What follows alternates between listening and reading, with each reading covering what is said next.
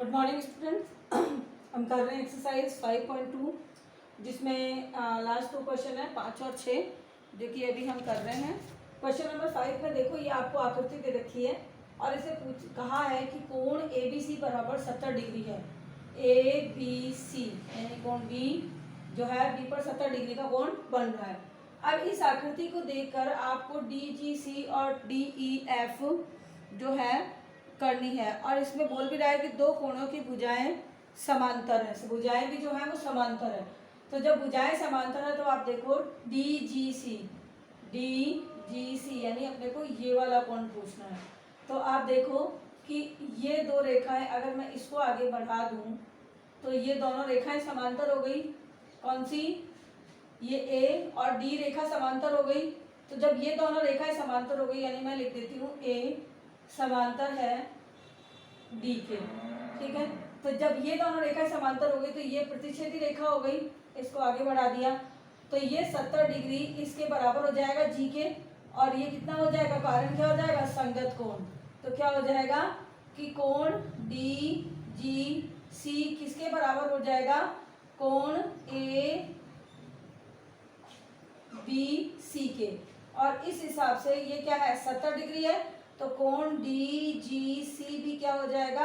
70 degree. कारण क्या हो गया? ये संगत कोण। कौन सा है? संगत कोण। ये कोण इस कोण के बराबर है ऐसी स्थिति में, तो ये हो गया संगत कोण।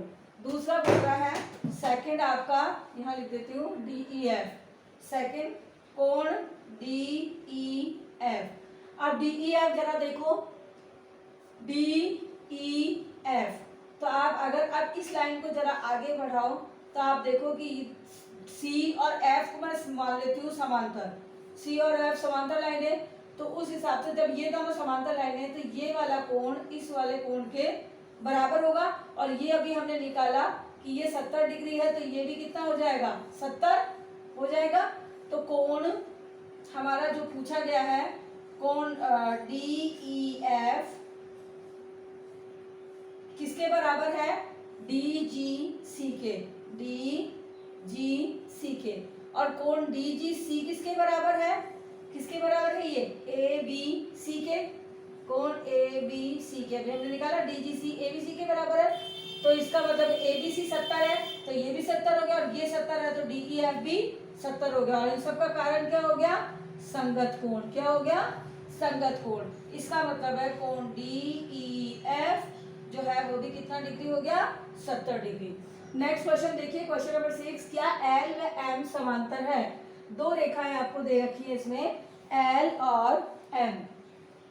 ये एल रेखा, ये एम रेखा। अब ये दोनों समांतर है तो क्या होता है कि समांतर रेखा में प्रतिच्छेदी रेखा के एक तरफ बनने वाले कोणों का योग अगर 180 डिग्री है तो समांतर है, और नहीं है तो नहीं है। तो देखो पहले तो अपन देख लें, एक तरफ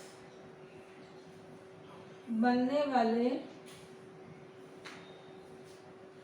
कोणों का योग देखो 126 प्लस 44 कितना हो रहा? 6 4 10 की 0 हासिल है, 5 6 7 और 1 170 डिग्री आ गया ये। तो 170 डिग्री यानी 180 नहीं है, 180 डिग्री योग नहीं है।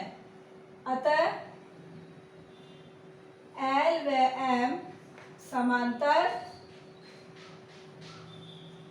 नहीं है। ठीक है, अगला देखो, अगले के अंदर देखो ये रेखाएं हैं एल और एम। तो एल और एम के बीच में ये वाला कोण और ये वाला कोण मिला के 180 होना चाहिए। तो देखो ये 75 डिग्री है, तो इसके सामने वाला मैं मान लेती हूँ कोण ए। तो 75 के शीर्षाभिमुख कोण कितना हो गया? 75 डिग्री। यहाँ ए बराबर हो गया 75 डिग्री। कारण क्या हो गया? शीर्षाभिमुख कोण हो गया। आप देखो वही आ गया, एक तरफ बनने वाले कोण, एक तरफ बनने वाले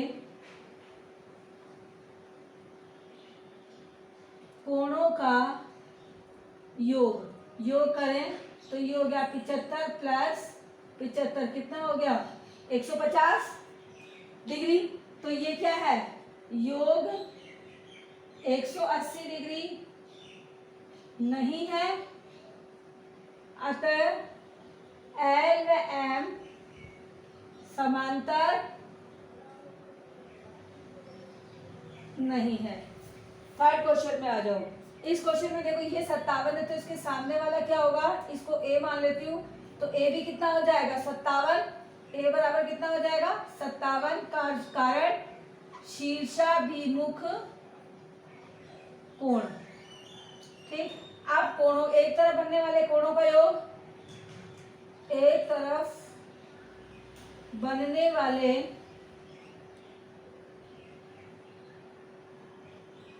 कोणों का योग कितना हो जाएगा 123 प्लस 57, जरा जोड़े 7 3 10 हासिल की 1 6 और 2 8 और 1, देखो 180 योग आ रहा है, यानी कि यहाँ पे एल व एम समांतर है। योग 180 डिग्री है, अतः एल व एम समांतर है। दिखाई दे रहा है? ठीक है। नेक्स्ट क्वेश्चन देखो। अब इसके अंदर देखो मैं इसको ए मान लेती हूँ, तो ए बराबर कितना हो जाएगा 72, कारण शीर्षाभिमुख कोण है तो ए बराबर 72 डिग्री।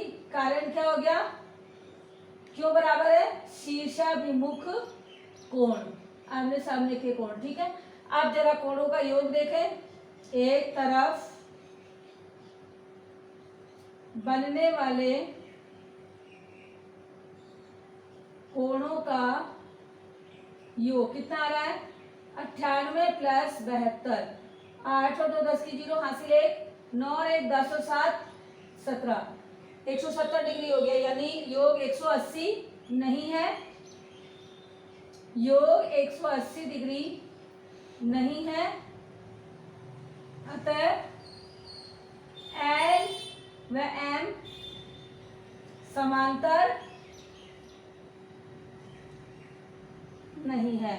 ये हमने प्रूव कर दिया कि कौन सी लाइनें समांतर है और कौन सी नहीं है। जितना मैंने बोला आप उसको सुन के भी लिख सकते।